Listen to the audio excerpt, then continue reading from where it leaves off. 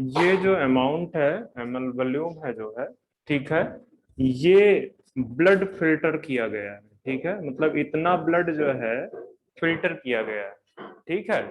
और ये जो 125 ml पर मिनट है, ठीक है, ये भी तो है मिनट ही, ठीक है, ये है फिल्ट्रेट।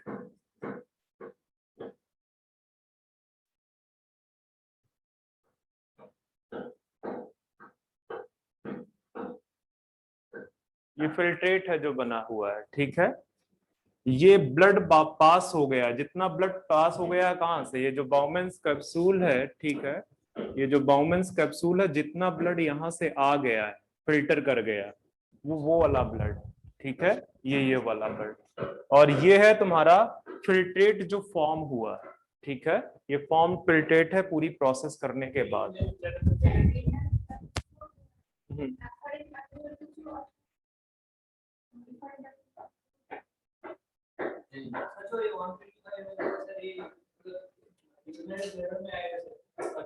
नहीं बच्चे, ब्लडर में नहीं आएगा। इसमें ये जो है क्या कहते हैं, ये फिल्ट्रेट आपका बोल सकते हो कि ये ब्लडर में इतना तो नहीं आता, ब्लडर में तो आपका सिर्फ 99.5% ये तो रीअब्जॉर्ब हो जाता है शायद, या एग्जैक्टली डेटा मुझे याद नहीं आ रहा है इस समय, एक मिनट बताता हूँ कितना है एग्जैक्टली डेटा। 90%। 180 लीटर में से शायद 1.5 लीटर ये आता है, 1.5 लीटर ये आपका यूरिन फॉर्म होता है, इतना इतना यूरिन फॉर्म होता है। मुझे टाइम दो, मैं इसको आपका जो है सॉल्व करूंगा प्रॉब्लम क्या है, ठीक है, बट ये फिल्ट्रेट फॉर्म है, ठीक है। और ये जो ब्लड है, ये वाला जो ब्लड, यहाँ पे जो ब्लड है ग्लोमेरुलाई में, ठीक है, वो यहाँ पे जितना पास कर रहा है वो वाला है, ठीक है, ठीक है, ये यहाँ से जितना ब्लड जो है पास कर जा रहा है किडनी से, वो है रीनल ब्लड फ्लो, ठीक है, रीनल ब्लड फ्लो। और ये फिल्ट्रेट है जो फॉर्म हो रहा है, पर मैं आपको और क्लियर बताऊंगा नेक्स्ट लेक्चर में, या अभी कुछ देर के बाद जब मैं एक्स्ट्रा लेने आऊंगा तो मैं उस समय बता दूंगा, ठीक है।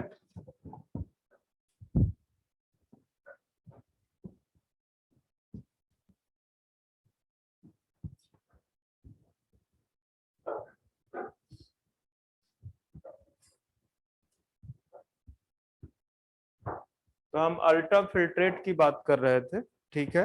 अल्ट्रा फिल्ट्रेट में मैंने आपको जीएफआर बता दिया है, जीएफआर को ध्यान में रखना, जीएफआर ही सबसे इंपॉर्टेंट है।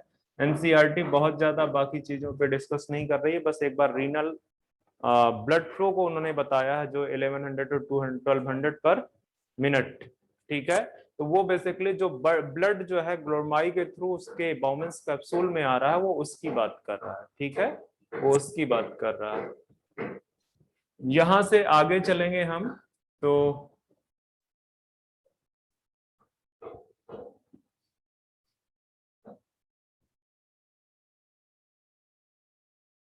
यहीं पे सारी चीजें खत्म करता चलूं, या चलो लिख दो, ultra filtrate form in renal corpuscle, या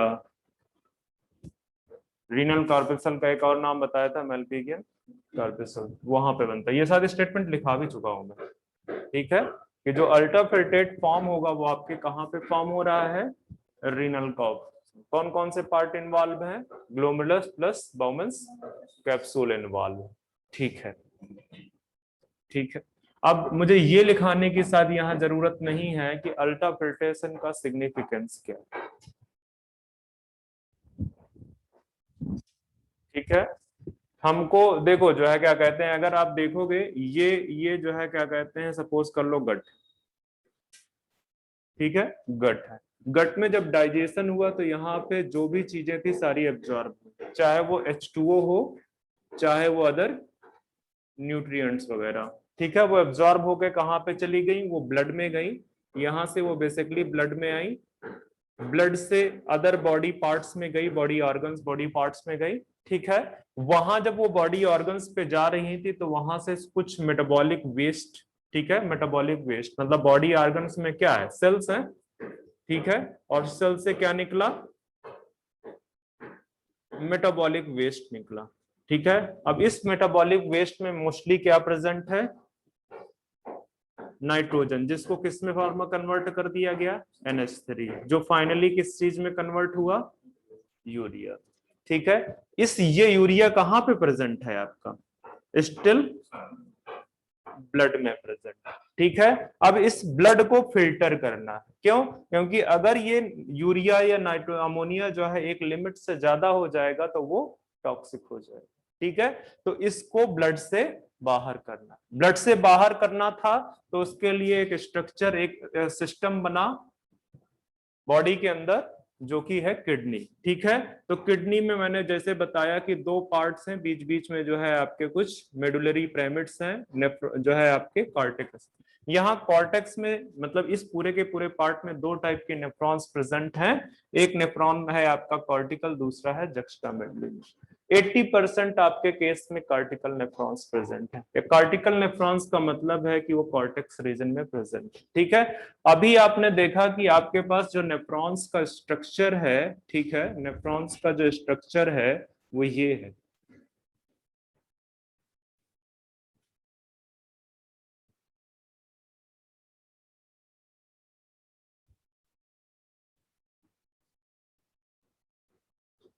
ठीक है, ये है स्ट्रक्चर। ओके, तो यहां से ब्लड निकल के आ रहा है, ये सारा जो ब्लड आ रहा है, ठीक है, यहाँ पे आके बाउमेंस कैप्सूल में या रीनल कॉर्पसल में क्या कर दिया आपने, फिल्टर किया। अब फिल्टर करते समय सिर्फ क्या रह गया, जो ब्लड वेसल्स है या जो ब्लड है बेसिकली, जब ब्लड फिल्टर कर रहा था इससे, तो यहाँ पे सिर्फ क्या रह गई, एक तो ब्लड सेल्स रह गई, साथ में क्या रह गई, कुछ लार्ज प्रोटीन्स या सिर्फ प्रोटीन्स लिख दो यहाँ पे। ठीक है, इतना चीज रह जाए। जबकि इस ब्लड में, यहाँ पे जो ब्लड रखा हुआ था, उस ब्लड में और बहुत इंपॉर्टेंट चीजें थी, और बहुत सारी इंपॉर्टेंट चीजें थी, जैसे न्यूट्रिएंट्स था, वाटर था, जिसके बगैर ऑर्गेनिज्म सरवाइव नहीं कर सकता। ठीक है, तो यहाँ पे ये जो बेसिकली आपका ये जो पीसीटी है, यहां से रीअब्जॉर्प्शन स्टार्ट हुआ।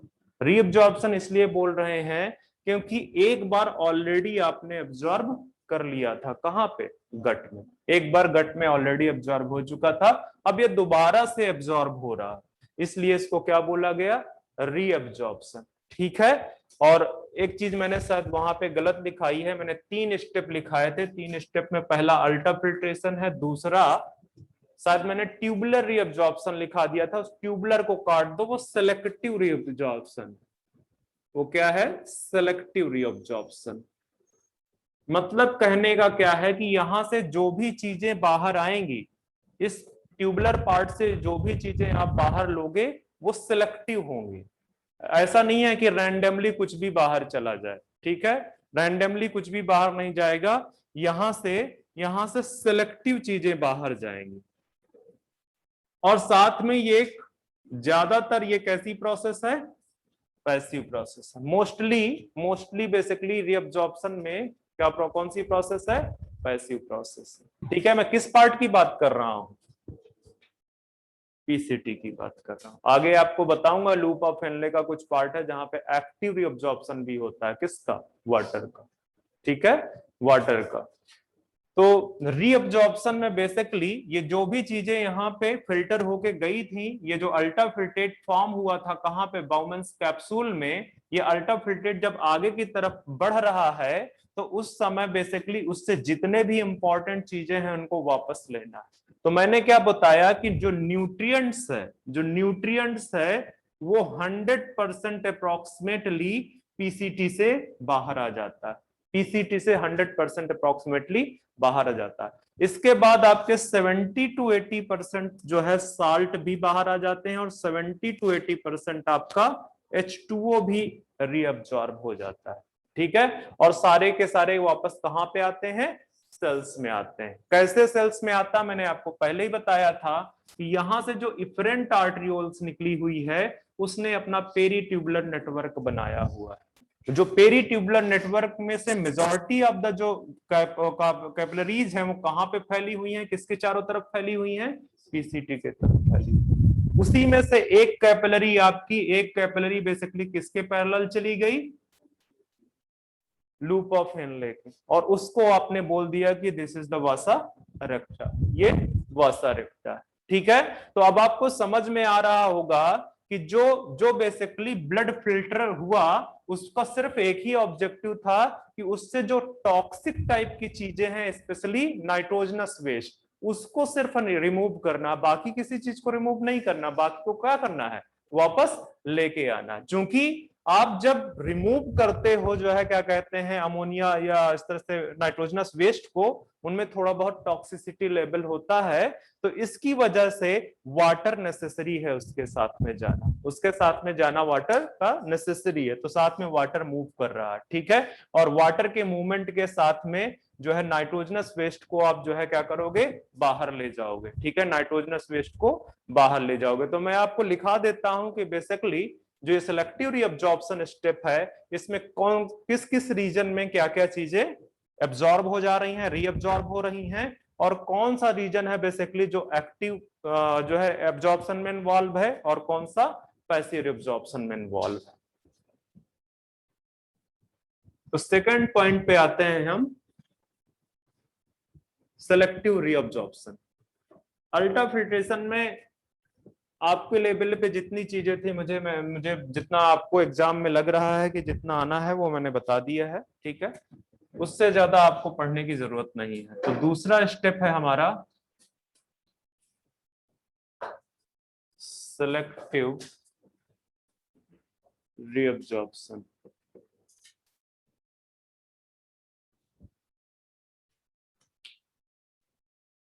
लिख दो, reabsorption of H2O, salt and nutrients present in ultra filtrate, या फिल्ट्रेट भी बोल सकते हो, जो भी आपको अच्छा लगे। ठीक है, filtrate through tubular part of, या सीधे सीधे लिख दो रीनल टिब्यूल्स, तो रीनल टिब्यूल्स, रीनल टिब्यूल से जो है एब्जॉर्ब रीअब्जॉर्प्शन जो है वो बेसिकली आपका सिलेक्टिव रीअब्जॉर्प्शन कहलाता है। ठीक है, याद रखना, मैं पहले फिर से यहाँ पे लिख देता हूँ, यहाँ पे फिर से मैं लिख देता हूँ कि ये कैसी प्रोसेस है, सेलेक्टिव प्रोसेस। अब मेनली पीसीटी इन्वॉल्व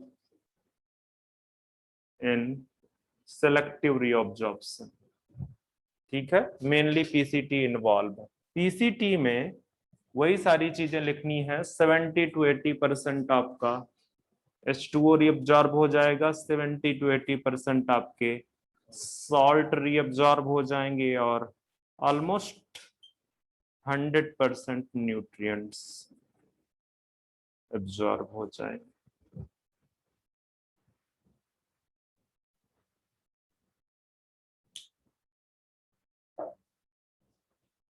जो आपका लूप ऑफ हेनले है, नो सिग्निफिकेंट रीअब्जॉर्प्शन।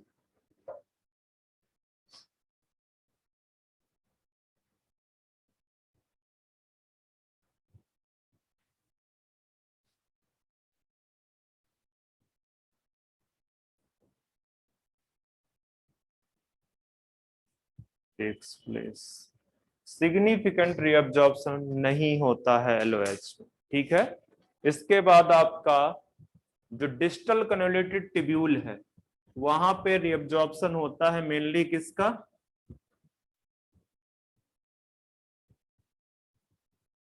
ये बच्चे इसमें एक चीज और लिख देते हैं, एलओएच की बात की है, सिग्निफिकेंट नहीं है पर कुछ कुछ चीजें तो हो ही रही हैं, तो लिख देते हैं एलओएच को इस तरह से लिख दो। पहले भी बता चुका हूं कि जो लूप ऑफ हेनले है वो आपका दो पार्ट में डिवाइड कर सकते हो, descending LOH and ascending LOH। तो जो डिसेंडिंग LOH है, इट इज परमिएबल टू, किसके लिए परमिएबल है?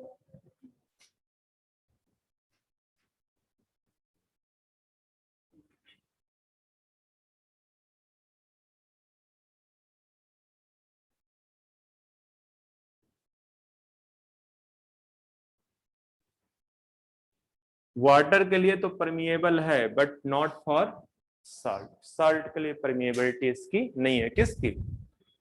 Descending loop of one day. ठीक है, इस तरह से आप पिक्चर में बना सकते हो। ये सपोज कर लो आपका या इस तरह से बनाना, बच्चे पूरा बना लेते हैं, जरा से रुको।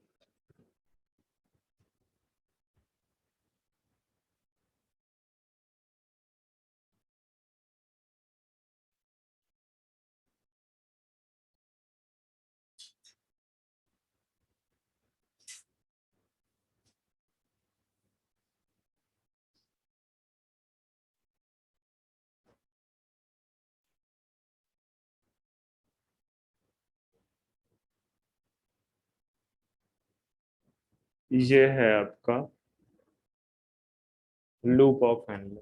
ठीक है, ये थिक सेगमेंट है, थिन सेगमेंट है, ये भी थिक सेगमेंट है, ये थिन सेगमेंट है। ठीक है, तो यहां से बेसिकली, यहां से ये आपका किसके लिए परमिएबल है? H2O के लिए। H2O के लिए। साल्ट के पर लिए परमिएबल ये नहीं। जबकि जो इधर वाला है, ये डिसेंडिंग लूप ऑफ हेनले है, it is permeable for salt but not for H2O। Important है, ध्यान में रखना, बहुत बार पूछा जा चुका है। ठीक है, बट दोनों में फर्क है थोड़ा सा। यहां पे जो H2O का एब्जॉर्प्शन है,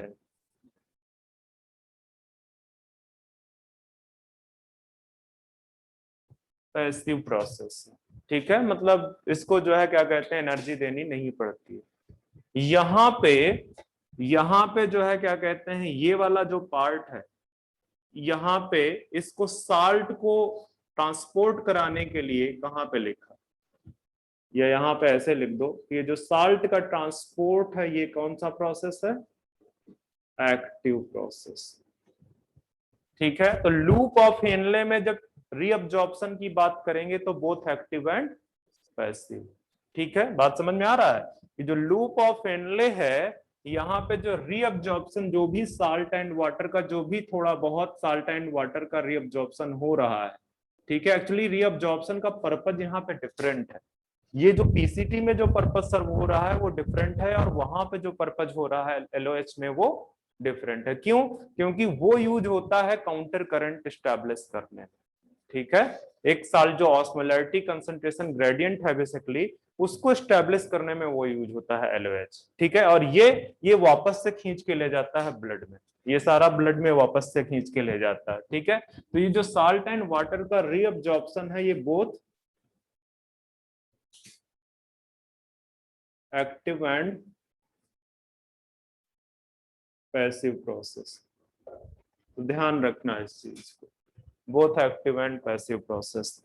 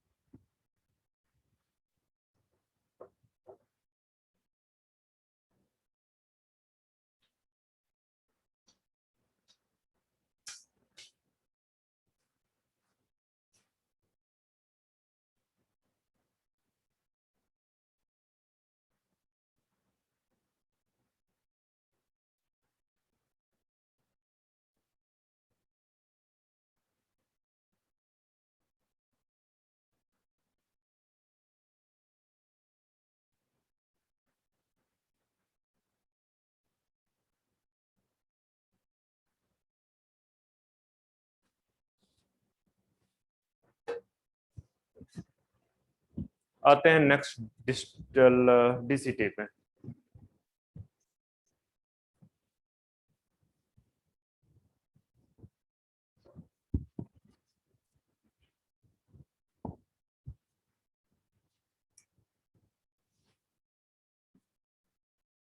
डिस्टल कन्वोल्यूटेड ट्यूब्यूल। यहां पे भी रीअब्जॉर्प्शन होता है किसका?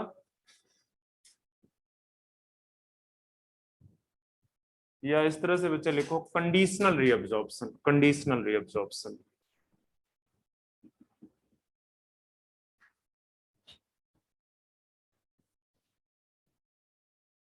किस पे डिपेंड करता है इसका रीअब्जॉर्प्शन? दो हार्मोन्स हैं, एक है एल्डोस्टेरॉन और एक है एडीएच। ठीक है, तो conditional reabsorption of salt and water. तो ये जो सॉल्ट का रीअब्जॉर्प्शन है किस पे डिपेंड कर रहा है?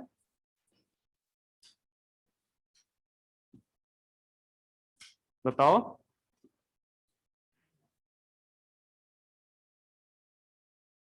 एल्डोस्टेरॉन।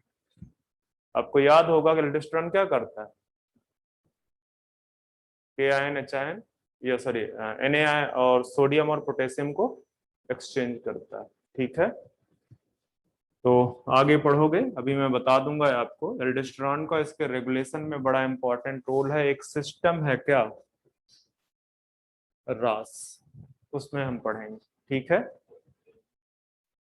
और वाटर का जो डिपेंडेंसी है वो किस पे है?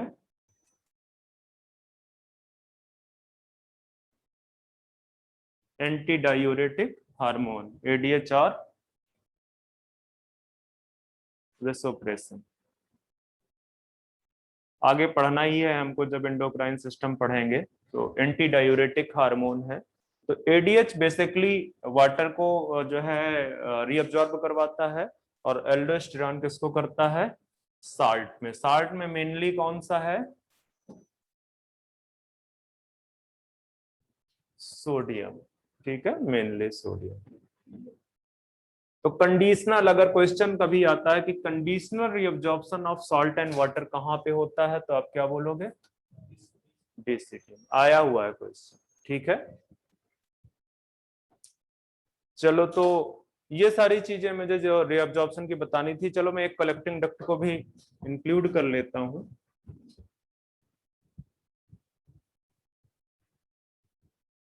एक्चुअली एक्वापोरिंस का नाम तो आपने सुना ही रखा हुआ है। क्या बनाता है? वाटर चैनल बनाता है। ठीक है, तो ये जो एडीएच है ये इंड्यूस करता है एक्वापोरिन फॉर्मेशन को। एक्वापोरिन्स क्या है? प्रोटीन्स है। ठीक है, और वो प्रोटीन जो है जाके सेल मेम्ब्रेन में क्या हो जाती हैं? एम्बेडेड हो जाती हैं जाके, और फिर क्या पास करती हैं? वाटर को पास करती हैं। ठीक है, तो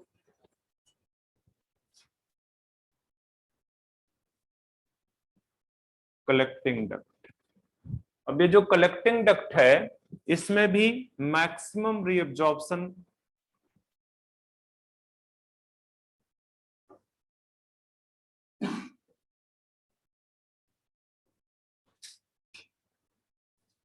किसका रीअब्जॉर्प्शन होगा?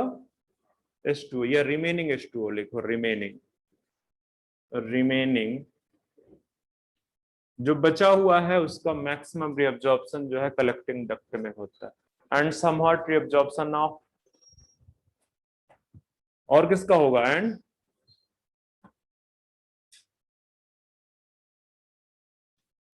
सम यूरिया। आपको पता है कि जो कलेक्टिंग डक्ट है not a part of nephron.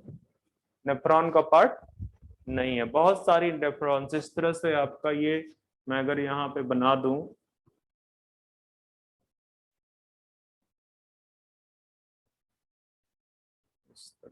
ठीक है, तो बहुत सारी नेफ्रॉन्स आके ओपन होती हैं। अच्छा, यहाँ पे जो है आपका ढेर सारा H2O ऊपर की तरफ क्या हो रहा है? वापस रीअब्जॉर्प्शन हो रहा है। जो नीचे वाला पार्ट है स्पेशली, ये क्या कर रहा है? यूरिया रीअब्सॉर्ब कर रहा है। ठीक है, इसका सिग्निफिकेंस क्या है कि ये है आपका मेडुलरी पिरामिड। ये आपका मेडुलरी पिरामिड। ठीक है, मेडुलरी पिरामिड का ये क्या है? Renal papilla. ठीक है, तो जो आपका ये है, ये कलेक्टिंग डक्ट, ये कलेक्टिंग डक्ट आके कहाँ पे ओपन हो रहा है? Renal papilla. और यहाँ पे जैसे ही ऊपर से नीचे जाओगे, ऊपर से नीचे जाओगे, तो यहाँ तो आपका कंसंट्रेशन क्या होता है? 300 मिली ऑस्मोल पर लीटर। और यहाँ पे नीचे आपको 1200 मिली ऑस्मोल पर लीटर मिलेगा। और थोड़ा सा नीचे जाओगे तो 1400 तक भी जाता है। ठीक है, तो ये जो कंसंट्रेशन है ये कैसे अचीव होती है, किससे अचीव होती है? यूरिया से अचीव होती है। ठीक है, ये जो मतलब जो एक ग्रेडियंट एस्टेब्लिश हो रहा है वो अकेले साल्ट स्टैब्लिश नहीं कर पाता है। ठीक है, तो ये बेसिकली आपकी यूरिया स्टैब्लिश करती है। ठीक है, तो ये आपको एक बार क्वेश्चन पूछा जा चुका है कि तो जो है क्या कहते हैं, जो कलेक्टिंग डक्ट है उससे क्या क्या रिअब्सॉर्ब होता है। तो एक चीज तो मैंने लिख दिया कि मैक्सिमम रिअब्सॉर्प्शन ऑफ रिमेनिंग H2O, और दूसरा यूरिया। ठीक है, और किस में हेल्प करता है? लिख दो यहाँ पे, लिख दो यहाँ पे, help in maintaining osmolarity in deep medulla, in deep medulla। जो डीप मेडुला रीजन है वहां पे ऑस्मोलैरिटी मेंटेन करने में हेल्प करता है।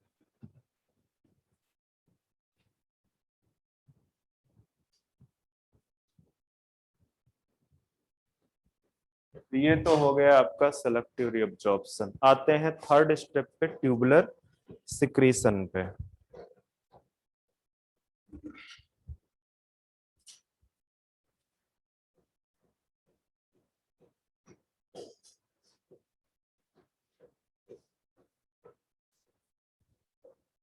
मुझे एक चीज और मेंशन कर दो, कहाँ पे? डीसीटी में। डीसीटी में एक और चीज मेंशन कर दो, बाइकार्बोनेट आयन भी साल्ट लिखा है ना, मैंने सोडियम लिखा है, इसने एक्चुअली एनसीईआरटी ने इसको मेंशन कर रखा है, तो कहीं पूछ ना ले। ठीक है, वहां पे सोडियम के साथ साथ SCO3 को भी ऐड कर दो। लिखा है ना मेनली SCO, वहीं पे नीचे लिख दो आल्सो, यानी also bicarbonate ion, also bicarbonate. वैसे ज्यादातर चांस है वो सोडियम को ही पूछेगा। ठीक है, ज्यादातर चांस उसी के हैं पूछने के। तो अब आते हैं ट्यूबुलर सिक्रीशन पे। थर्ड स्टेप है आपका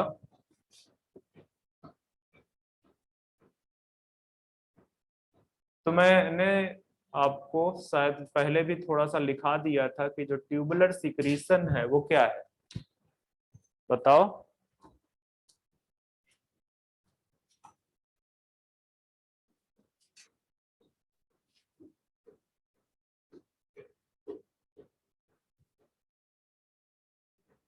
secretion of like proton, like potassium ion and like ammonium ion from tubular epithelium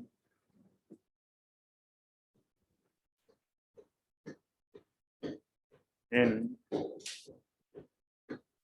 filtrate। जो फिल्ट्रेट पास कर रहा है, ठीक है, जैसे आप इस तरह से बनाए हुए हो पिक्चर,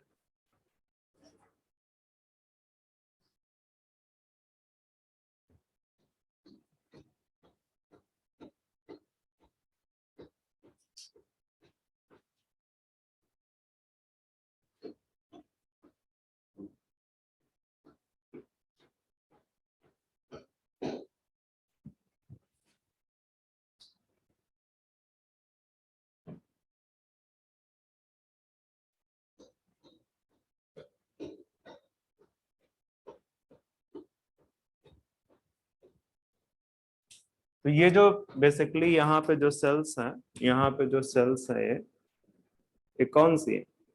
ये tubular epithelial cells, tubular epithelial cells. तो ये जो इन चीजों का जो सिक्रीशन है, ठीक है, कहाँ पे? इसके अंदर तो क्या फ्लो कर रहा है, यहाँ से जो फिल्ट्रेट है वो फिल्ट्रेट क्या है, यहीं से वो आगे बढ़ रहा है। ठीक है, तो इसी में वापस से अगर किसी चीज को सिक्रीट कर दिया जाए फिल्ट्रेट में, तो उसी को क्या बोलोगे आप? Tubular secretion. ठीक है, पहले ही शायद मैंने लिखाया हुआ है कि ट्यूबुलर सिक्रीशन मेनली कहाँ पे होता है? Mainly in PCT. Loop of Henley बहुत निग्लिजिबल, मतलब है ही नहीं है। आप बोल सकते हो कि नो, लिख दो वहां पे, LOH को लिख दो, no significant secretion, no significant secretion.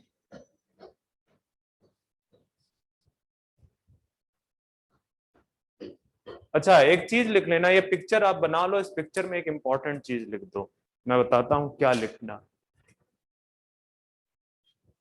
मैं पहले बता चुका हूं, आपको दोबारा से बता रहा हूं कि ये जो पार्ट है, दिस इज द जंक्शन। ये क्या है? ये जंक्शन किसका? Bowman's capsule and renal tubule.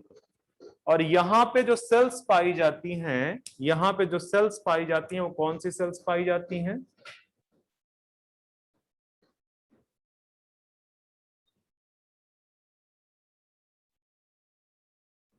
चलो, क्यूबॉइडल एपिथेलियम तो पाई जाती है, पर इनके साथ कुछ यूनिक फीचर बताओ।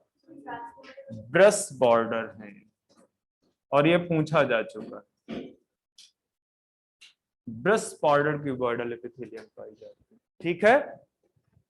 फिर पीसीटी का पार्ट है ये, ठीक है। तो यहां पे भी कौन सी सेल्स पाई जाएंगी? यहां पे भी जो पीसीटी है वहां पे कौन सी सेल्स पाई जा रही हैं? Cuboidal epithelium.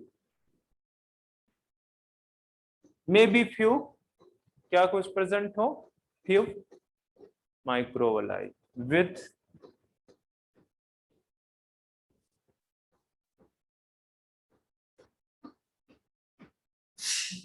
माइक्रोविलाई, ठीक है। किसमें हेल्प करेगा माइक्रोविलाई? रीअब्जॉर्प्शन करने में हेल्प करेगा। अच्छा, जो ये लूप, क्या हुआ? जो ये लूप ऑफ हेनले है, ठीक है, कौन सा? Thin segment. ये थिक सेगमेंट है, मैं इसकी बात नहीं कर रहा हूं। मैं बात किसकी कर रहा हूं? Thin segment of loop of Henley की। तो यहां पे आपकी जो एपिथेलिया पाई जाती है वो कौन सी है? सिंपल लिखना बच्चे, सिंपल यहां पे भी लिखना बहुत जरूरी है। वैसे तो अंडरस्टूड ही है, कुछ नहीं लिखाया तो अंडरस्टूड ही है, ठीक है। तो simple squamous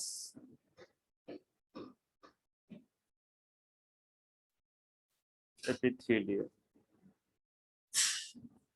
simple squamous epithelium. बाहर जाओ, बाहर से घूम घाम के आओ। चलो, इसका भी वही हाल है, सिंपल स्क्वेमस एपिथेलियम। यहां पे क्या पाई जाएंगी? फिर से वही सिंपल क्यूबॉइडल एपिथेलियम। अच्छा, यहाँ पे जो माइक्रोविलाई पाई जा रही हैं, इनके कंपैरिजन में यहाँ है तो, पर बहुत कम, ठीक है। विद,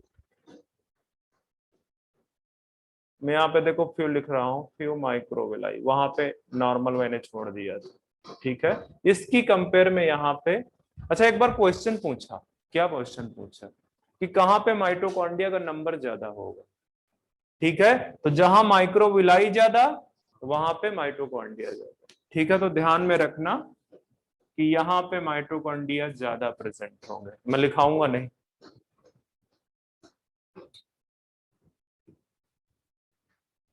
तो कुल मिला के अब आपको यह समझ में आ गया होगा कि PCT, DCT, even collecting duct, collecting duct, सब जगह पे कौन सी एपिथेलियम है? क्यूबॉइडल। ये सिर्फ thin segment of loop of Henle है जहां पे क्या प्रेजेंट है? Squamous epithelium. एक जगह और स्क्वेमस एपिथेलियम प्रेजेंट है, कहां पे? ये जो बाउमेंस कैप्सूल का ये जो आउटर वॉल है, यहां पे भी कौन सी है? Squamous epithelium. यहां पे भी आपका स्क्वेमस एपिथेलियम। तो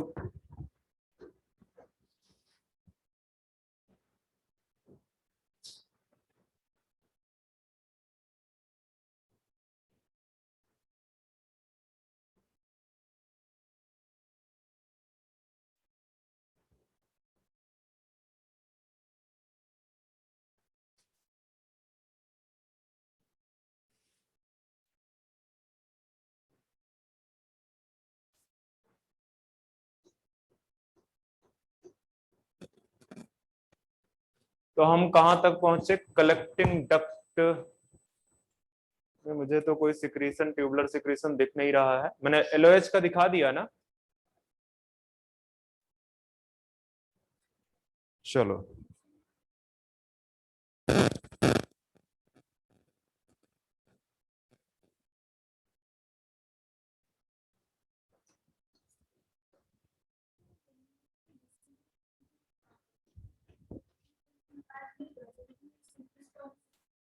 हाँ जो ये पतले वाले हैं, ये जो पतले वाले, ठीक है, ये दोनों,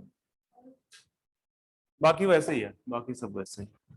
जो पतला वाला पार्ट है जहां पे उसका रीजन है ना कि ये चूंकि बहुत थिन ट्यूब है, ठीक है, और जो आपकी क्यूबॉइडल एपिथेलियम है उसकी थोड़ी सी तो विड्थ होती है, तो वो फिर मेंटेन नहीं कर पाएगा, ठीक है, वो मेंटेन नहीं कर पाएगा। एक और रीजन है कि ये एक्टिवली इन्वॉल्व है किस चीज में, exchange of water and salt, ठीक है। तो चूंकि इससे डिफ्यूजन होना है या एक्टिव ट्रांसपोर्ट होना है, तो वहां से बेसिकली जो है क्या कहते हैं, इजी हो जाएगा अगर आपका स्क्वेमस एपिथेलियम पतला पतला। आप याद करो जाके टिश्यू चैप्टर जहां पे मैंने पढ़ाया हुआ है, मैंने वहां पे लिखाया है कि जहां पे डिफ्यूजन होता है, वो चाहे कैपिलरी की वॉल हो, चाहे आपका क्या हो, जैसे डिफ्यूजन मेम्ब्रेन्स वगैरह हैं, कहाँ पे, तुम लोग याद कर लो, मुझे याद नहीं। एल्विलाई, ठीक है, मुझे याद करके करना क्या है।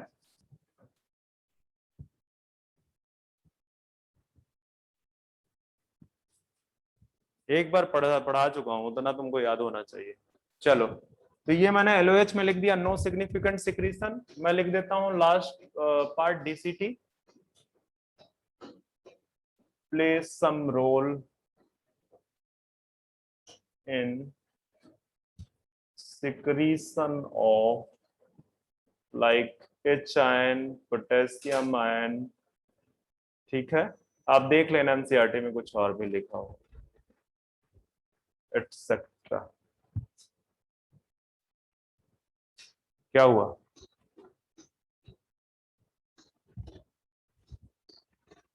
तो डीसीटी का रोल है, सिर्फ रोल किसका नहीं है, और एक चीज लिख दो डीसीटी के बाद,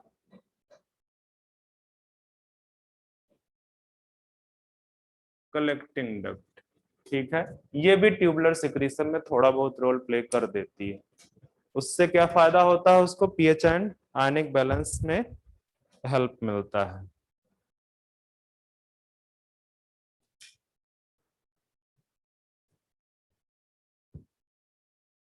अच्छा, जहां पे लिखा ट्यूबुलर सिक्रीशन, यहाँ पे एक चीज और लिख दो, यहाँ पे ही, यहाँ पे इस तरह से लिख दो कि ये भी कैसी प्रोसेस है, सेलेक्टिव प्रोसेस। ये भी आपका selective process,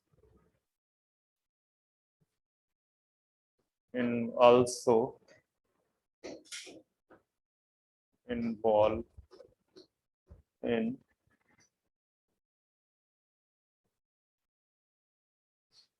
tubular secretion, tubular secretion में एक और चीज देखो, जो हाँ जहां जहां पे जो जो पार्ट ट्यूबुलर सिक्रीशन में इन्वॉल्व है, समझ में आ रहा है, वो पीएच एंड आयनिक बैलेंस को मेंटेन करेगा। बात समझ में आई, मतलब एलओएच को छोड़ के बाकी सब क्या करते हैं, पीएच एंड आयनिक बैलेंस को मेंटेन करते हैं। तो लिख दो यहाँ पे कौन से part, PCT, DCT and collecting duct, all involve in pH and ionic balance of किस चीज के, किसके आयनिक बैलेंस को, इंटरस्टिशियम या इंटरस्टिशियल फ्लूइड ऑफ किडनी, ठीक है। जहां पे प्रेजेंट होगा ये पार्ट वहीं पे करेगा।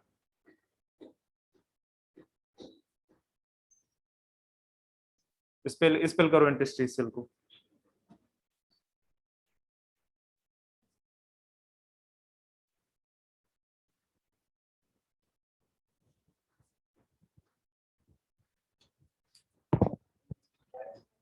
INTI।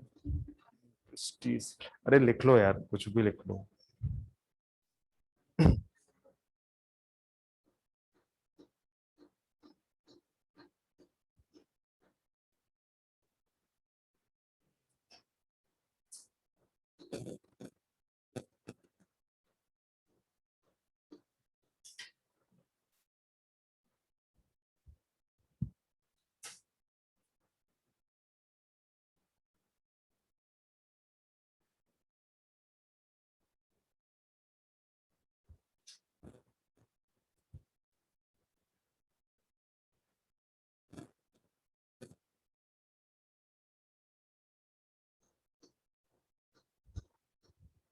हम्म,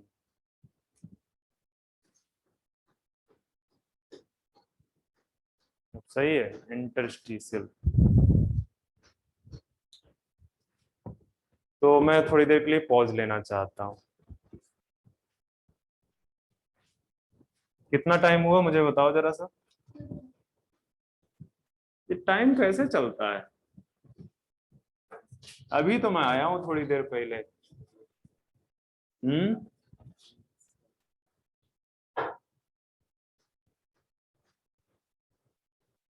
तो यहां से अब हम आगे बढ़ेंगे। जो मैकेनिज्म है बेसिकली, जो थियरी है यूरिन फॉर्मेशन के लिए, ठीक है। अभी तो आप स्टेप पढ़ रहे थे ना कि कौन कौन से स्टेप्स इन्वॉल्व है यूरिन फॉर्मेशन में, ठीक है। अब उसके बाद आएगा मैकेनिज्म।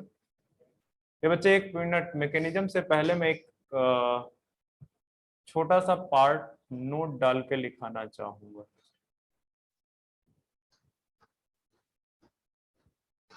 इसका नाम सुना हो गया आपने।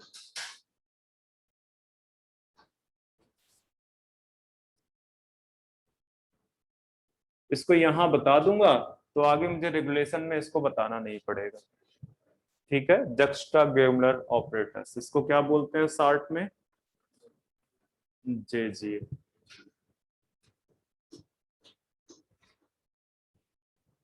ये जक्स्टा ग्लोमेरुलर ऑपरेटर्स किससे बनता है? फॉर्म्ड बाय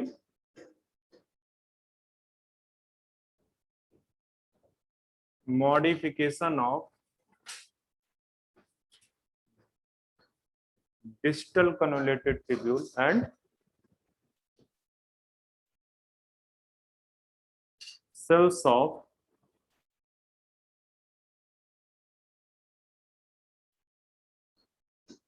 जितना एनसीईआरटी में, हालांकि कुछ सेल्स और होती हैं जिनको बोलते हैं लैसिस सेल्स। पिक्चर देखो जरा सा।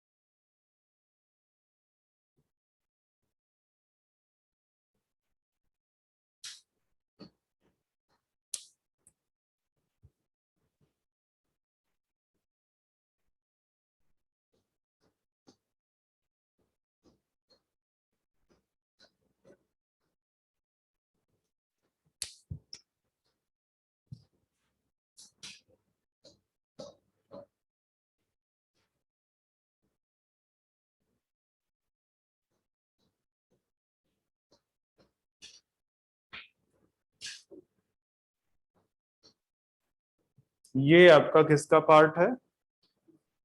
अच्छा, मैंने पीसीटी इधर बना दिया, गड़बड़ हो गया। रुको रुको रुको,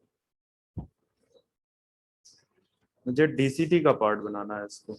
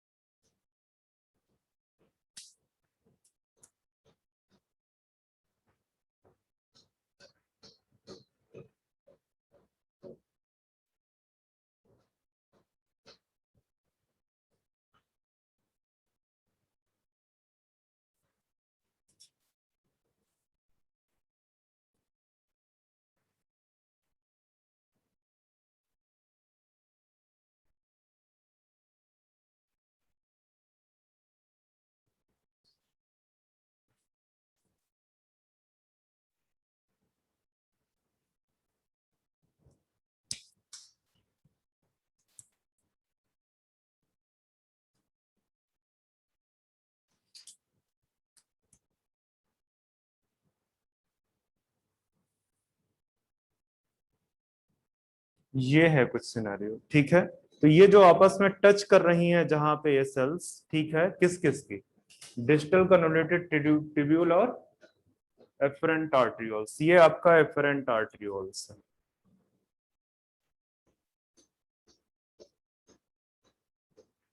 एफरेंट आर्टेरियोल्स, ठीक है।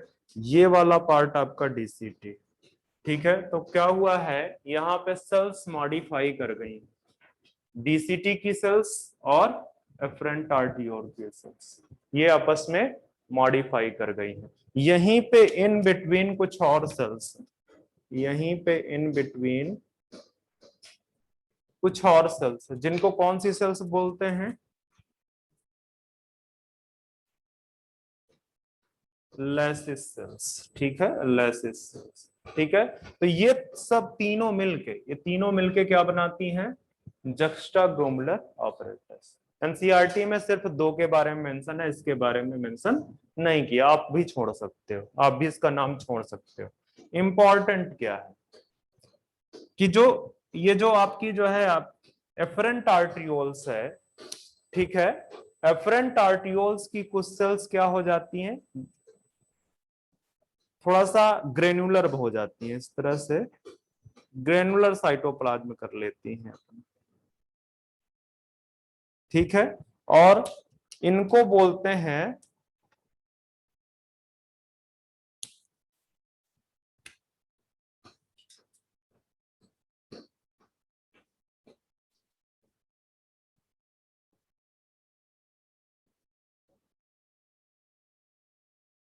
juxtaglomeraल सेल्स आर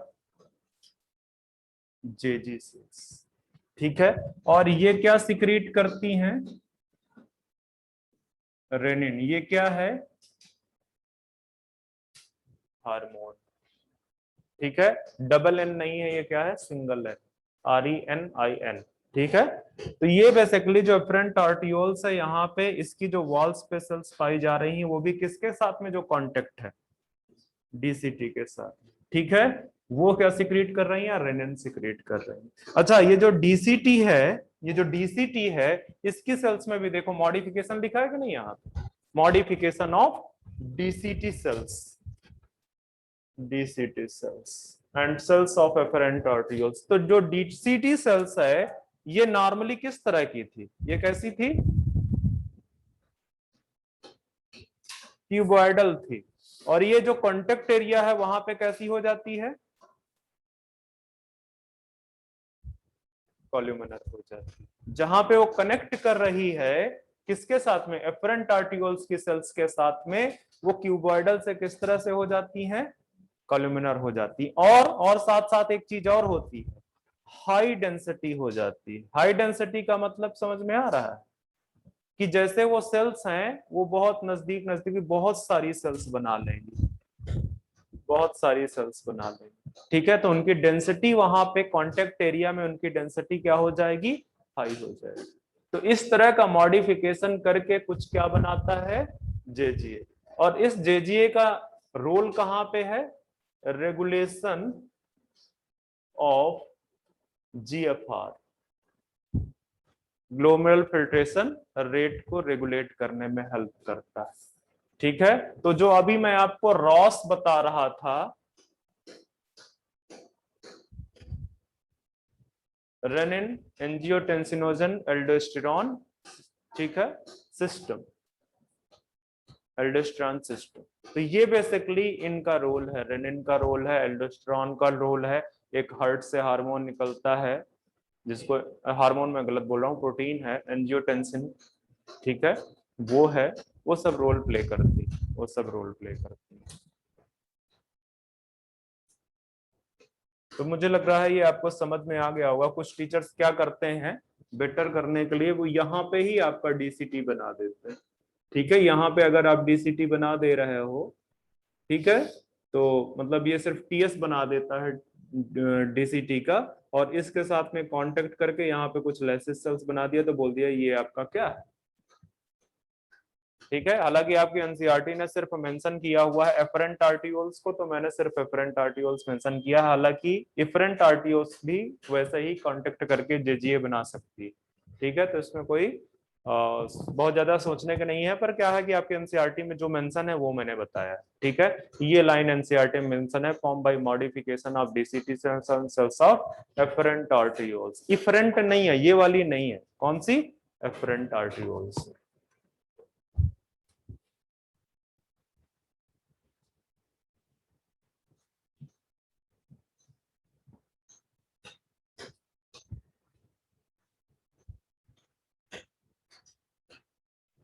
तो रेस्ट लेना था, पर मैंने उस समय रेस्ट लिया नहीं था, अब मैं रेस्ट लूंगा। अब हमें चलना है काउंटर करंट मैकेनिज्म को, इसके बाद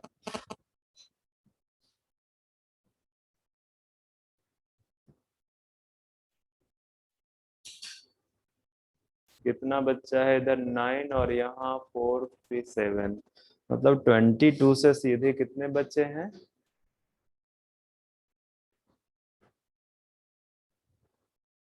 बहुत ही कठिन है क्या, डगर अपन घट के।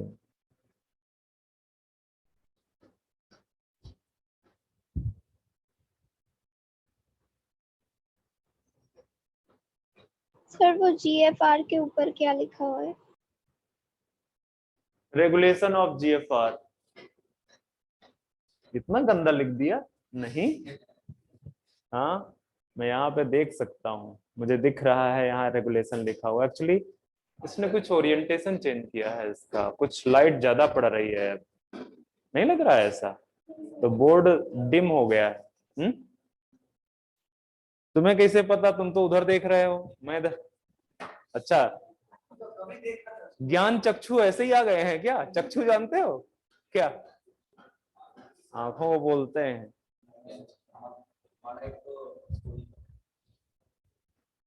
हम्म।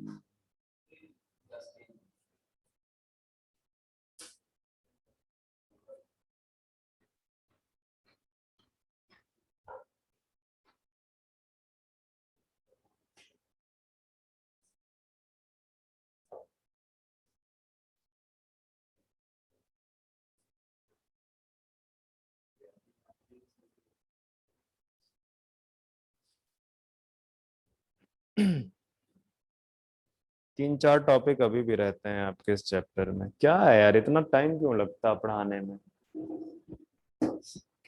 मैं पहले चाह रहा था कि मैं पूरा एक्स्ट्रा ले लूं, तो अभी अभी मैं जब आऊंगा तो मैं क्या पढ़ाऊं तुम लोगों को, रिप्रोडक्शन स्टार्ट कर दूं यूनिट, या इस चैप्टर को फिनिश करूं। हम्म, इस चैप्टर को खत्म कर दूं। अच्छा चलो, बच्चे 11 वाले तो 3rd से स्टार्ट हो रहे हैं, शनिवार सैटरडे से। अरे तेजी बोलो, जो भी बोलो। क्या हो गया तुम्हें, तुम्हें भी मतलब सुनाई नहीं दे रहा है। बोलो, कॉल। इसीलिए मुझे दिक्कत होती है, क्योंकि तुम ना मिक्स करती हो बांग्ला को हिंदी में।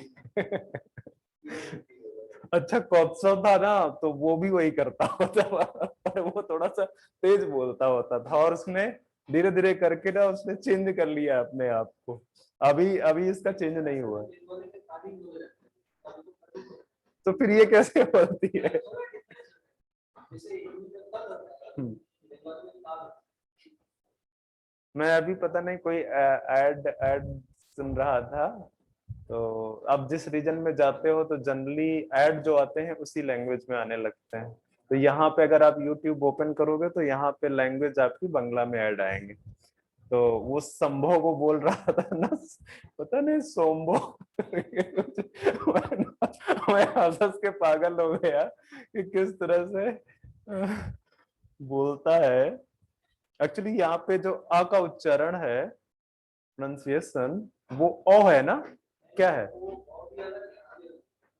दोनों अलग है।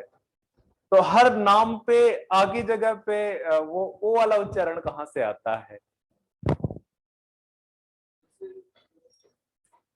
जैसे मैं बताता हूँ, किसी का नाम अगर आप लो, जैसे मेरा नाम अगर लेंगे ना संतोष, तो संतोष नहीं बोलेंगे, संतोष बोलेंगे, बोलते हैं ना। तो तो वो हिंदी और वो बांग्ला मिक्सअप होता है थोड़ा सा। मिक्सअप क्या है कि आदत पड़ी है ना अपनी मदर टंग बोलने की, तो इससे, हालांकि कुछ लोग जैसे इसका इसका नहीं पकड़ पाएंगे, आप ये बोलेगा तो हिंदी सेपरेट निकलती है, बांग्ला सेपरेट निकलती है।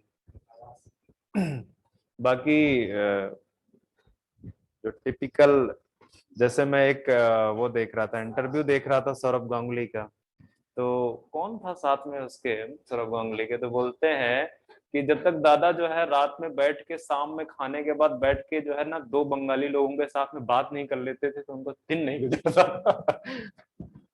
मदर टंग का इतना जबरदस्त असर।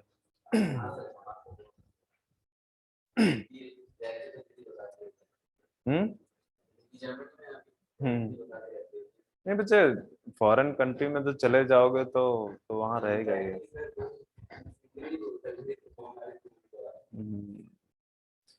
फॉरेन का सेपरेट स्टोरी है। चलो थोड़ा सा देखते हैं मैकेनिज्म ऑफ यूरिन फॉर्मेशन।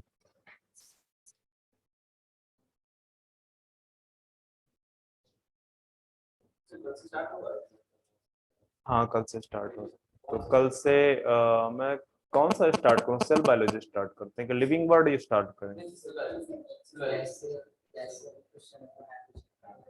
उस समय तो मुझे याद भी नहीं मैंने क्या पढ़ाया था। बहुत तेज पढ़ाऊंगा मैं सेल बायोलॉजी। लिविंग वर्ड पढ़ लिया होगा तुमने। चलो कोई दिक्कत नहीं है। हम कल से स्टार्ट कर रहे हैं सेल बायोलॉजी। तो सेल बायोलॉजी में मुझे जितने इंपॉर्टेंट पॉइंट्स लगेंगे वो सारे, मतलब ये मान के चलना, क्लास कितने ड्यूरेशन मैंने देखा नहीं है, कितना ड्यूरेशन का? 2 आवर्स का है। 2 आवर्स में तो मैं आधा चैप्टर खत्म कर दूंगा सेल बायोलॉजी का। सेल बायोलॉजी सेल वाला चैप्टर, सेल डिवीजन सेपरेट है, ठीक है, सेल डिवीजन सेपरेट है, सेल का आधा चैप्टर, क्योंकि है ही क्या। अच्छा अपना एनसीईआरटी लेके आना आप सारे लोग, जिन भी बच्चों को मतलब देखना है एनसीईआरटी लेके आना आप, ताकि एनसीईआरटी में मैं आपको वो की पॉइंट्स बताता चलूं कि ये इंपॉर्टेंट है, इसको याद रखो। और जिनके पास मेरा नोट्स है तो नोट्स भी लेके आना, ठीक है। एक्चुअली इस क्लास में आपके कुछ 11th के बच्चे भी होंगे, ठीक है, तो उनके पास में एनसीईआरटी ही होगी, नोट्स तो होगा नहीं, वो शायद लेट आए थे वो बच्चे। क्या हुआ?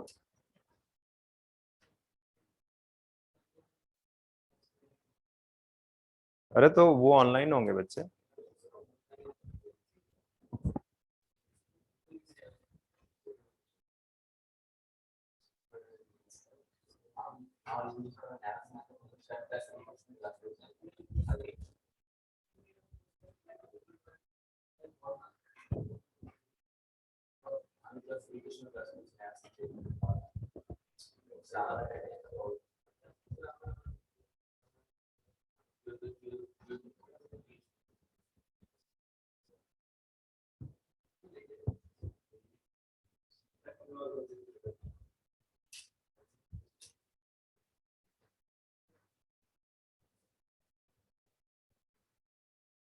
चलो बच्चे थोड़ा सा बताऊंगा, क्योंकि ऑलरेडी मुझे इसको क्लास को 1 बजे फिनिश करना है। आपके केमिस्ट्री सर पढ़ाएंगे, इसके बाद मैं आपकी 2 घंटे की लगातार क्लास लूंगा।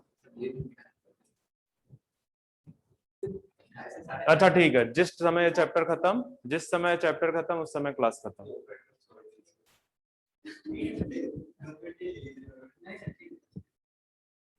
देखो फायदे की बात सोच रहा है, क्योंकि 2 घंटा लगना नहीं है ना इसमें। इसमें ज्यादा बड़े टॉपिक थोड़ी है, जैसे ये मैकेनिज्म ऑफ यूरिन फॉर्मेशन खत्म, इसके बाद 10-10 मिनट के टॉपिक है। और मैं क्या सोच रहा था कि मैं स्टार्ट करूंगा, फिर जैसे ही ये चैप्टर खत्म हो जाएगा मैं आपको स्टार्ट करूंगा क्या, रिप्रोडक्शन का पहला चैप्टर। हम 1 घंटे में तो नहीं हो पाएगा बच्चे, 2 घंटे से जितना भी हो जाएगा देख लेंगे। अभी पहले इसको खत्म करते हैं बच्चे। एक काम करो, जहां पे मैंने शायद ये हेडिंग मैंने पहले भी लिखाई हुई है, जाओ जरा सा देखो, जहां पे मैकेनिज्म ऑफ यूरिन फॉर्मेशन मैंने लिखाई हुई, बच्चे इसको मैकेनिज्म हटा के वहां पे कर दो स्टेप ऑफ यूरिन फॉर्मेशन, वहां से ये मैकेनिज्म टर्म हटा के वहां पे लिख दो step of urine formation, step step. जहां पे पहले आपने ये हेडिंग डाली हुई है उसको मैकेनिज्म हटा के वहां पे लिख दो स्टेप्स ऑफ यूरिन फॉर्मेशन।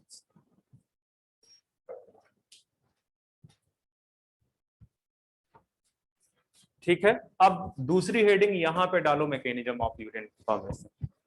ठीक है, तो जो मैकेनिज्म ऑफ यूरिन फॉर्मेशन है, explained bye counter current mechanism, counter current mechanism. मतलब सिंपल सी बात है, जब भी आपसे कोई मैकेनिज्म ऑफ यूरिन फॉर्मेशन की बात करेगा तो आपके दिमाग में कौन सी एक मैकेनिज्म आएगी? Counter current mechanism.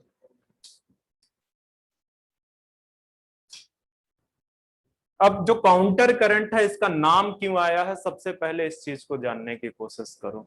ठीक है, ये नाम से भी पहले मैं एक और चीज बता देता हूं कि सिग्निफिकेंस क्या है, ये यूरिन फॉर्मेशन की जो काउंटर करंट मैकेनिज्म है क्यों रिक्वायर्ड है। ठीक है, आप ये लिख सकते हो reason, reason for counter current mechanism. ठीक है, तो आप लिख सकते हो टू कंजर्व वाटर। ठीक है, to conserve water from urine. ठीक है, मतलब इसकी जो जरूरत है, ठीक है, यूरिन फॉर्मेशन की या कॉन्सेंट्रेशन ऑफ यूरिन की, वो किस लिए है, या इस तरह से फ्रॉम यूरिन, इस तरह से लिख दो बाई कॉन्सेंट्रेटिंग यूरिन। अच्छा, जो यूरिन का जो कॉन्सेंट्रेशन है, जो कॉन्सेंट्रेटिंग मैकेनिज्म है, ठीक है, वो बेसिकली किस पार्ट में परफॉर्म किया जाता है, मेनली कौन से पार्ट इन्वॉल्व है। मैं दो चीजें सेपरेट बता रहा हूं, ध्यान दो। एक मैं बता रहा हूं कि बेसिकली जो यूरिन का वॉल्यूम है वो सबसे ज्यादा मिनिमाइज कहां पे होता है। ठीक है, और ये काउंटर करंट के लिए कौन से पार्ट्स इन्वॉल्व है, तो काउंटर करंट के लिए मैं बता रहा हूं तुमको, पहले लूप ऑफ हेनले इन्वॉल्व है, वासा रेक्टा लूप ऑफ हेनले। पर ये जो है बेसिकली जो कंसंट्रेशन है यूरिन का वो होता है कलेक्टिंग डक्ट। ठीक है, कलेक्टिंग डक्ट पे मैक्सिमम वाटर जो बचा हुआ है, 70-80% वाटर एब्जॉर्ब होने के पास जो वॉल्यूम बचा है वो रिब्जॉर्ब होता है कहां पे, कलेक्टिंग डक्ट में। तो ये जो कंसंट्रेशन है यूरिन का ये कहां पे होता है, इन कलेक्टिंग डक्ट। मैं ये जो है, ये जो आपका एब्जॉर्प्शन है ये कलेक्टिंग डक्ट पे होगा। अब एक चीज यहां देखो, मैं एक मेडुलरी पिरामिड बना रहा हूं। ठीक है, एक मेडुलरी पिरामिड बना रहा हूं।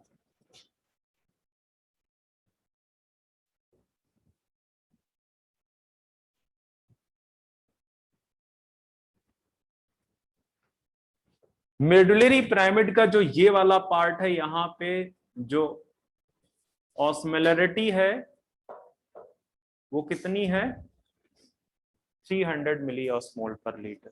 ठीक है, ये कौन सा रीजन है, इसके ऊपर वाला रीजन ये क्या है, ये वाला रीजन कौन सा है, कोर्टेक्स। और ये वाला पूरा का पूरा रीजन कौन सा है, मेडुला। मेडुला में भी अगर ये जैसे मैं डिवाइड कर दूं बच्चे यहां पे,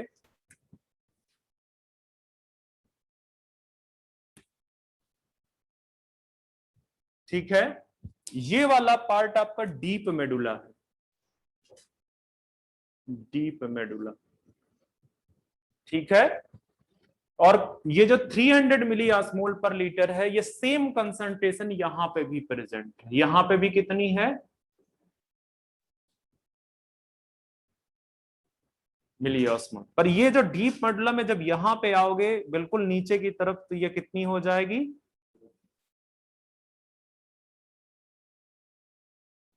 मिली ऑस्मोल पर लीटर। ठीक है, यहाँ पे मैं पहले ही बता चुका हूं कि यहाँ पे आपका एक ओपनिंग प्रेजेंट है जिसको रेनल पैपिला बोलते हैं। ठीक है, इतनी बात समझ में आई।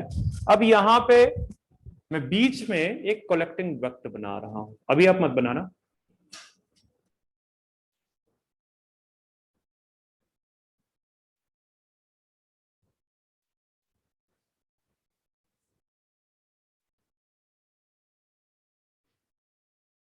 ये लो, ठीक है, ये कलेक्टिंग डक्ट, और इसमें जो है क्या कहते हैं आपके, क्या प्रेजेंट है, नेफ्रॉन्स प्रेजेंट। और एक और चीज फिर से मैं रिमाइंड करा रहा हूं आपको कि अगर हम इधर की तरफ डेवलप कर दें, चलो इसको थोड़ा सा ऊपर ले लेता हूं, कि थोड़ा सा और ऊपर होना चाहिए, यहां से यहां तक, चलो ठीक है, इसको इस तरह से सर्कुलर करो।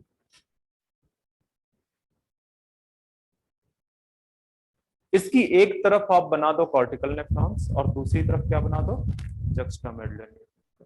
ठीक है, तो जब आप जो है जक्स्टामेडुलरी नेफ्रॉन बनाने जा रहे हो यहाँ पे, तो सपोज कर लो यहाँ पे मैंने आपके लिए जक्स्टामेडुलरी नेफ्रॉन बनाया और इसका जो लूप ऑफ हेनले है मैं नीचे तक लेके आ गया। अब मैं पतला मोटा बनाने वाला नहीं हूं, ठीक है,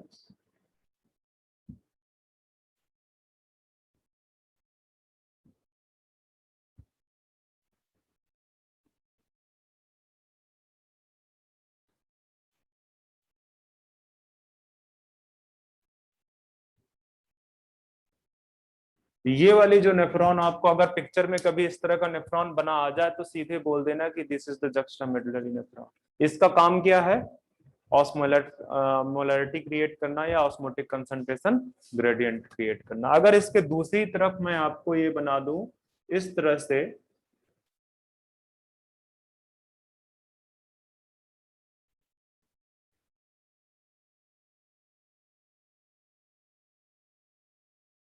उल्टा कर दिया,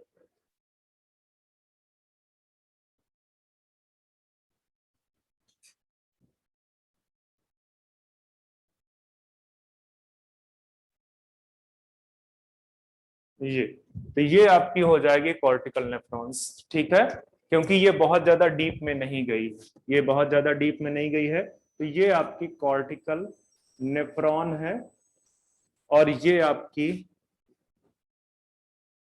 जक्स्टा मेडुलरी नेफ्रॉन। तो ये पिक्चर आपने अब तक इमेजिन कर लिया, पूरा का पूरा कंसंट्रेशन का देख लिया कि जो कॉर्टिकल रीजन है और ये थोड़ा सा नीचे तक मेडुला में, ये सब जगह 300 मिली ऑस्मोल पर लीटर है अप्रोक्सीमेटली यहाँ तक, ठीक है। इसके नीचे नीचे जैसे जाओगे तो ऑस्मोलरिटी बढ़ती जाएगी, 400 500 600 800 ऐसे से बढ़ के कितना पहुंच जाएगा, 1400, ठीक है। इस कंसंट्रेशन को अचीव करने में दो चीजों का बड़ा रोल, किसका रोल है, एक तो ये जो असेंडिंग लूप ऑफ हेनले है जक्स्टामेडुलरी नेफ्रॉन का, ठीक है, ये क्या ढेर सारा सिक्रीट करेगा, NaCl को ढेर सारा सिक्रीट करेगा, और साथ में ये क्या सिक्रीट करेगा, क्या बच्चे, और सिक्रीट या एब्जॉर्ब, रीअब्जॉर्ब बोल सकते हो, ठीक है, रीअब्जॉर्ब सही टर्म है, ठीक है। तो ये आपका यूरिया जो है निकालेगा बाहर की तरफ, और ये क्या निकालेगा,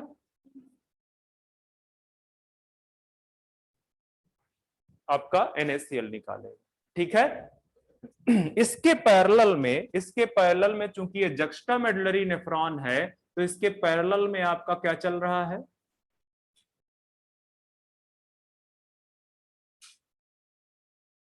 वासा रेक्टा, इसके पैरेलल में वासा रेक्टा चल रही है, ठीक है। मैंने पूरा ओरिजिन उसका नहीं बनाया, सिर्फ आपको बता दिया कि इस तरह से इसके पैरेलल में वासा रेक्टा चल रही है। अब इस वासा रेक्टा और जक्स्टामेडुलरी नेफ्रॉन का जो क्या है स्ट्रक्चर है, पूरा मैं बाहर निकाल लूंगा, पूरा का पूरा स्ट्रक्चर मैं बाहर निकाल लूंगा, ठीक है। तो रीजन तो मैंने आपको बता दिया कि जो कंसंट्रेशन ऑफ यूरिन, जो यूरिन को कंसंट्रेट करने का रीजन है वो क्या है, कि आप वाटर को कंजर्व करना चाहते हो। क्यों कंजर्व करना चाहते हो, क्योंकि जिन ऑर्गेनिजम्स में ये पाया जाता है वो ज्यादातर ऑर्गेनिजम्स कैसे हैं, टेरेस्ट्रियल लाइफस्टाइल है, ठीक है। जिन ऑर्गेनिज्म में जितनी ज्यादा वाटर की कमी होगी, मतलब ऐसा प्लेस जहां पे वाटर कम है, उनका जो जक्स्टामेडुलरी नेफ्रॉन है वो उतने ही ज्यादा पाए जाएंगे, उतने ही लंबे पाए जाएंगे। तो अगर आपसे कभी ये बोल दे कि किस ऑर्गेनिज्म में जो लूप ऑफ हेनले है वो सबसे लंबा होगा, तो आप क्या ध्यान दोगे, कि वो किस तरह के एनवायरमेंट में रहते हैं। ठीक है, अगर वो जिरिक कंडीशन में रह रहे हैं, ठीक है, रेगिस्तान में रह रहे हैं वो, तो आप ये बोलोगे कि इस वाले ऑर्गेनिज्म का जो लूप ऑफ हेनले है वो बड़ा होगा, क्योंकि वो किस चीज में इन्वॉल्व है, कंजर्वेशन ऑफ वाटर में इन्वॉल्व। चलो ठीक है। अब देखो ये मैं बना रहा हूं क्या, लूप ऑफ हेनले। बच्चे मैं इस समय जो लूप ऑफ हेनले बनाऊंगा उसमें मैं एक ही यूनिफॉर्म थिकनेस रखूंगा, ठीक है, क्योंकि बार बार मैं मोटा पतला उस तरह से स्ट्रक्चर क्रिएट नहीं कर पाऊंगा।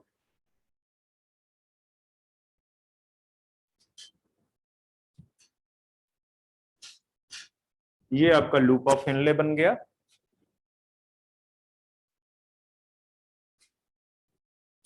इसके दोनों तरफ पैरेलल में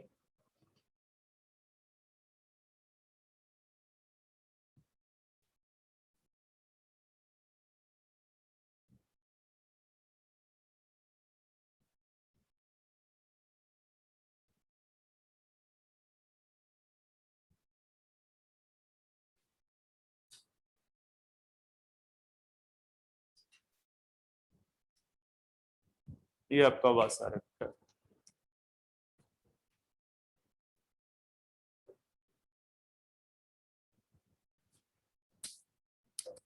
और ये आपका एलओएच, लूप ऑफ हेनले। ठीक है, अब देखो जब फिल्ट्रेट आ रहा है तो फिल्ट्रेट की डायरेक्शन क्या होगी,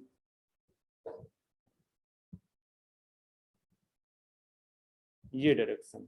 ठीक है, ये दोनों एक दूसरे के अपोजिट। साथ में देखो यहां पे जो वासा रेक्टा में क्या फ्लो कर रहा है, वासा रेक्टा में ब्लड फ्लो कर रहा है, इसके अंदर क्या फ्लो कर रहा है,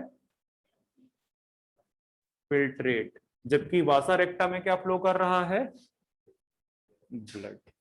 ब्लड की जो डायरेक्शन है वो इस तरह से होगी, इस तरह से होगी। तो काउंटर करंट मैकेनिज्म इसीलिए बोलते हैं कि जो लिक्विड फ्लो कर रहा, जो फ्लूइड फ्लो कर रहा है इनमें, वो कैसा है, उनकी डायरेक्शन कैसी है, अपोजिट, काउंटर कर रही है एक दूसरे को। इस वजह से हम बोलते हैं कि ये पूरा काउंटर करंट है। ठीक है, काउंटर करंट मैकेनिज्म का नाम दे दिया, काउंटर करंट का मैकेनिज्म का नाम दे दिया। अब एक और चीज देखो, ये वाली है आपकी डिसेंडिंग एलओएच, मैं लिख देता हूं यहां पे डिसेंडिंग एलओएच। ये है आपका असेंडिंग एलओएच। ठीक है, तो डिसेंडिंग एलओएच किस चीज के लिए परमिएबल है, वाटर के लिए परमिएबल है। Okay, ascending loop of Henley किस चीज के लिए परमिएबल है, साल्ट के लिए परमिएबल। तो यहां से क्या निकलेगा, ढेर सारा इलेक्ट्रोलाइट्स आर साल्ट। आपके एनसीईआरटी में इलेक्ट्रोलाइट वर्ड यूज है, ठीक है, यह आप साल्ट की जगह पे यहाँ पे Na भी मेंशन कर सकते हो, कई जगह Na मेंशन रहता है। ठीक है, जैसे जैसे यहां से साल्ट निकलता चला जाएगा, ये पूरा का पूरा जो एनवायरमेंट है, ये जो वासा रेक्टा और लूप ऑफ हेनले जो प्रेजेंट है, वो बेसिकली क्या है, मिडलरी रीजन है उसका, इंटरस्टिशियम, टिश्यूज का बीच का स्पेस। ठीक है, तो ढेर सारा साल्ट निकालता चला जाएगा, ढेर सारा साल्ट निकलेगा। तो ये बेसिकली जो इसके पैरेलल में आपकी वो क्या प्रेजेंट है, कलेक्टिंग डक्ट। वो कलेक्टिंग डक्ट से क्या निकलेगा, वाटर। एक्वापोरिन चैनल से खूब सारा वाटर निकलना स्टार्ट हो जाएगा। एक चीज तो ये, ठीक है। अच्छा चलो वाटर निकलने को हटा लो, अभी इसी पे कंसंट्रेट करो, साल्ट निकलता चला जा रहा है। ठीक है, इधर से बेसिकली फिल्ट्रेट चल रहा है इस डायरेक्शन में, और चूंकि यहाँ पे ये जो असेंडिंग लूप ऑफ हेनले है ये परमिएबल है साल्ट के लिए, तो बहुत ज्यादा एक्टिवली जो है साल्ट निकलेगा और कंसंट्रेशन ग्रेडियंट स्टैब्लिश कर देगा। ठीक है, जो बेसिकली जो साल्ट के लिए चैनल्स हैं वो नीचे ज्यादा प्रेजेंट है, ऊपर कम प्रेजेंट है। ठीक है, तो एक ग्रेडियंट अपने आप स्टैब्लिश हो जाएगा, एक ग्रेडियंट स्टैब्लिश हो जाएगा अपने आप। अच्छा, ये साल्ट जाएगा कहां पे, ये साल्ट आपके वासा रेक्टा में चला जाए। जब वासा रेक्टा में साल्ट चलता चलता जा रहा है, तो वो वापस कहां से लौट के आएगा, वापस लौट के कहां पे आएगा, वो यहां पे आ जाएगा। ठीक है, ये वाला खूब ज्यादा परमिएबल है किस चीज के लिए, H2O के लिए। तो जब साल्ट की कंसंट्रेशन यहाँ पे ज्यादा हो गई, कहाँ पे, इसमें, मतलब ऐसा नहीं है कि पूरा का पूरा साल्ट चला गया उसके अंदर, पूरा का पूरा साल्ट नहीं जा रहा है, कुछ साल्ट उसमें जा रहा है, ठीक है। और उस साल्ट का क्या है कि वो कंसंट्रेशन ग्रेडियंट भी यहाँ पे स्टैब्लिश कर रहा है, और साथ साथ में चूंकि वासा रेक्टा में गया है और वो यहाँ पे आ गया है, तो यहाँ से H2O को क्या कर लेगा, यहाँ से H2O को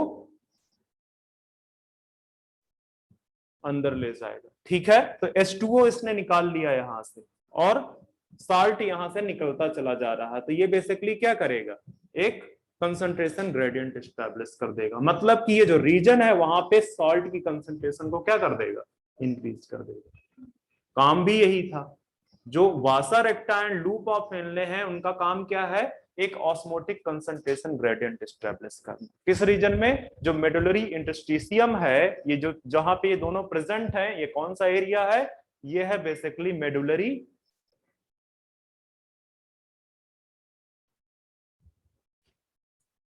इंटरस्टिशियम, ठीक है, मेडुलरी इंटरस्टिशियम। तो मेडुलरी इंटरस्टिशियम में क्या स्टैब्लिश कर दिया, एक कंसंट्रेशन ग्रेडियंट। कंसंट्रेशन ग्रेडियंट के हाल ये है कि 300 मिली ऑस्मोल पर लीटर ये है, और अप्रोक्सीमेटली 1200 मिली ऑस्मोल पर लीटर यहाँ पे होगा। उसके नीचे थोड़ा सा जाओगे तो क्या हो जाएगा, 1400 मिली ऑस्मोल पर लीटर, ठीक है। तो ये जो 1200 से 14 या थोड़ा सा 1000 से 14 आप देखोगे, वो बेसिकली कौन कर रहा है, वो जो ये यूरिया निकल रहा है, ये यूरिया। तो यूरिया के दो फंक्शन है, एक तो ये ऑस्मोलाइट की तरह काम करता है। ऑस्मोलाइट का मतलब है कि ऑस्मोलैरिटी, एक ऑस्मोलैरिटी का ग्रेडियंट क्रिएट करना, ठीक है। और दूसरा क्या काम करता है, नाइट्रोजनस वेस्ट को रिमूव करता है, ठीक है, नाइट्रोजनस वेस्ट को रिमूव करता है। तो यूरिया के फंक्शन में अभी तो मैं लिखाऊंगा ही कि यूरिया के दो फंक्शन है, एक नाइट्रोजनस वेस्ट को रिमूव करना और दूसरा ऑस्मोलाइट की तरह काम करना, ठीक है, act as osmolyte.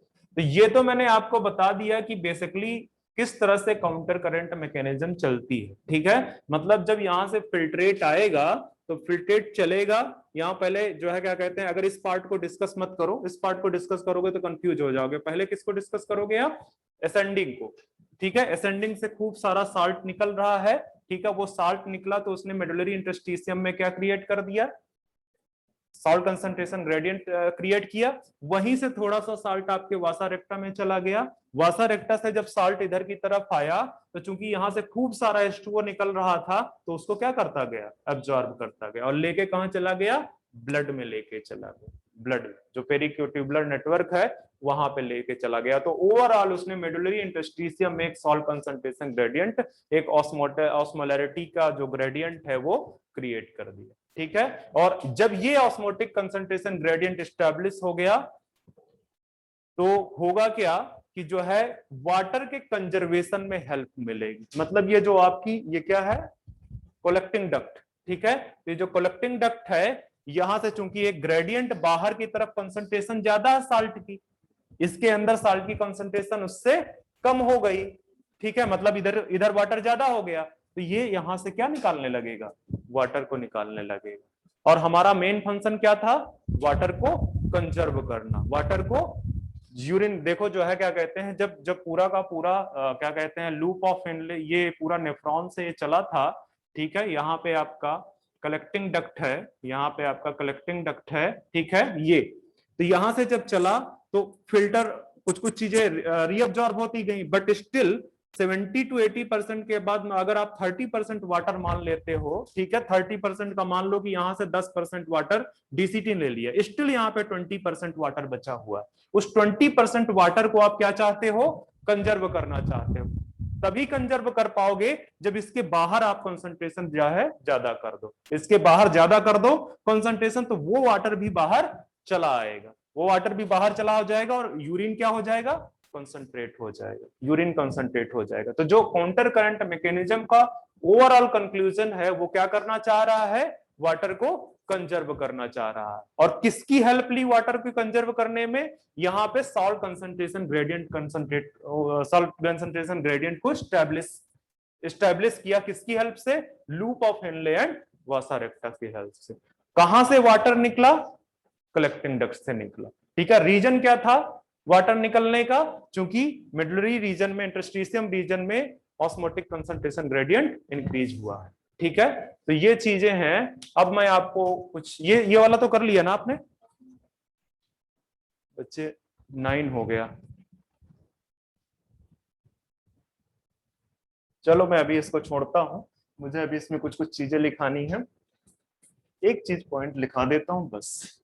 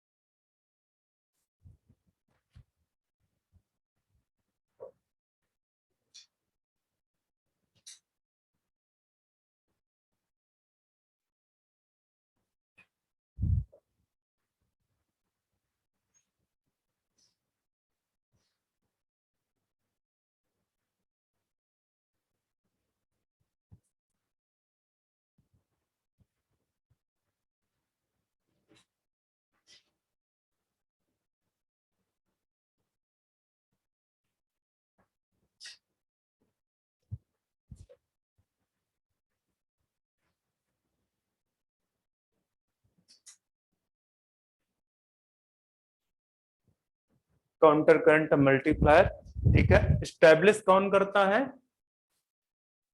Loop of Henley, ठीक है। इसको क्या बोलते हैं? Counter current multiplier.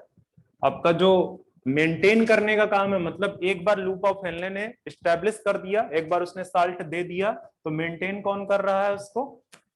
वासा रेक्टा कर रही है, तो उसको क्या बोलते हैं? काउंटर करंट एक्सचेंजर, ठीक है, काउंटर करंट एक्सचेंजर।